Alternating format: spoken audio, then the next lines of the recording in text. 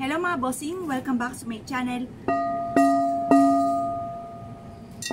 Kayo po ba mga bossing ko ay isa sa mga gumagawa ng pampaswerte, lalo-lalo na kapag sumasapit mga bossing ko ang full moon. Alam niyo po ba mga bossing ko na ang full moon ngayon January 6 mga bossing ko ay mainam na gumawa po tayo kasi ngayon ang unang buwan mga bossing, at saka ang full moon ay matik po yan ay ginagamit na pampaswerte kahit yung mga kanununuan pa po natin. Bumibili pa yan ng kalendaryo ni Anorio upang sa ganon malaman kung anong oras magsisimula ang full moon at kung anong oras ito magtatapos. Kung kayo magpapatayo ng bahay, kailangan full moon. Magsisimula ng negosyo, mas maganda full moon. Kung kayo po ikakasal or mamamanhikan, mainam ay full moon. Matik po yan ay ginagamit sa pampaswerte. Ngayon po mga bossing, alam niyo po ba mga pinaka mas bibisang sangkap pagdating sa usapin po ng full moon, yung tipo ba nagre-reflect ang full moon, halimbawa po ay tubig. Okay, di ba? Pag tinapat yung ganyan sa tubig, nagre-reflect o ano man ang katapat po nito. Mainam po ay tubig. Ganon din po mga bossing ko ang salamin. Ganon din po mga bossing ko ang barya. Barya, halimbawa ay silver, tapat yung ganyan mga bossing, yan po mga bossing, makikita nyo yung full moon.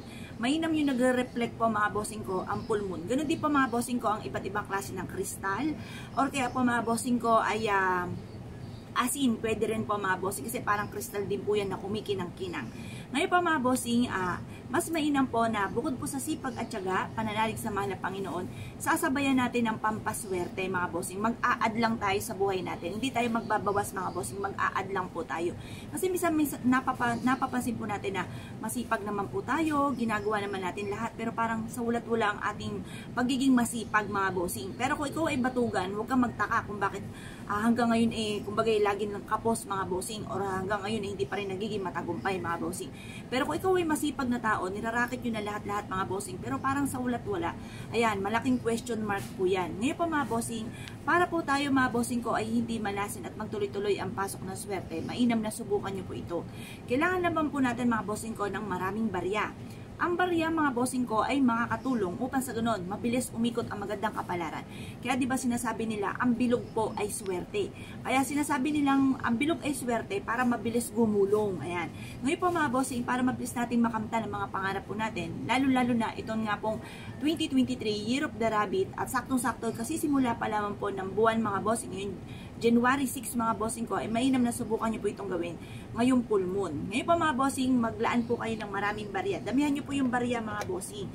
Pero bago nyo po itong gawin mga bossing ko sa full moon, kasi ang paggawa pagdating sa usapin ng full moon ay alas 7 or alas 8 ng gabi. Yan, tayo gagawa lang ng pampaswerte kapag sa gabi kapag po full moon or usapin ng buwan. Sa loob ng isang buwan, may 4 na iba't ibang hugis. Yan po yung first quarter moon, full moon, last quarter, at new moon mga bossing. Depende po sa inyo kung ano po yung gusto po ninyo mga bossing. Basta masabi ko lamang kahit anong gusto po ninyo dyan, or kaya po parang kayo po ay nasa mood at kayo po ay may materialis naman na ating babanggitin, lumarga po kayo mga bossing. Hugasan po muna natin ang mga barya po natin mga bossing sa tubig, gripo. Pagkatapos patuyuan ito sa sinag po ng araw sa umaga. Tapos gagamitin natin sa gabi sa full moon. Tapos humarap kayo sa may silangan, humarap sa may silangan at tumingin-tingin sa may full moon habang pasulip-sulip kayo sa barya. Tapos i-wish po ninyo kung ano man yung nais po ninyo. Halimbawa, nais nyo po na magkaroon ng sariling bahay, magkaroon ng sariling negosyo, magkaroon ng sariling sasakyan, magkaroon ng mga bagay na matagal nyo ng pinapangarap. I-wish nyo na mula sa inyo pong puso. Focus ka lamang mga bossing habang ikay nagwi-wish. I-mindset nyo na lahat ng inyong mga kahilingan, lahat ng mga matagal na pinapangarap ay magkakatotoo mga bossing. Ngayon pa mga bossing, kung kayo po naniniwala, subukan nyo po itong, pagtapos nyo po mag-wish po dito sa ating barya, subukan nyo po itong iwanan sa liwanag ng sinag ng araw.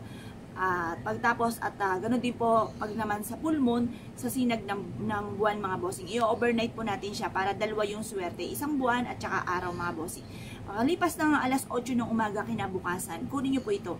Marami kayong pwedeng paglagyan. Pwedeng ilagay sa 4 na corner ng inyong tahanan. Pwede rin naman ito mga bossing ko ilagay sa center table. Pwede rin ito sa inyong negosyo. Pwede rin po ito mga bossing ko sa ilalim ng inyo pong higaan mga bossing. Nasa inyo kung saan nyo po siya gustong ilagay mga bossing, or kung kailan nyo siya gustong gawin mga bossing. Ngayon po mga bossing ko kayo pinaniwala at nais po itong gawin. Huwag na po kayo magpatumpik-tumpik pa. Subukan nyo po ito. Proven po ito na maswerte. Kaya kung pinaniwala mga bossing, good luck po sa inyo po lahat.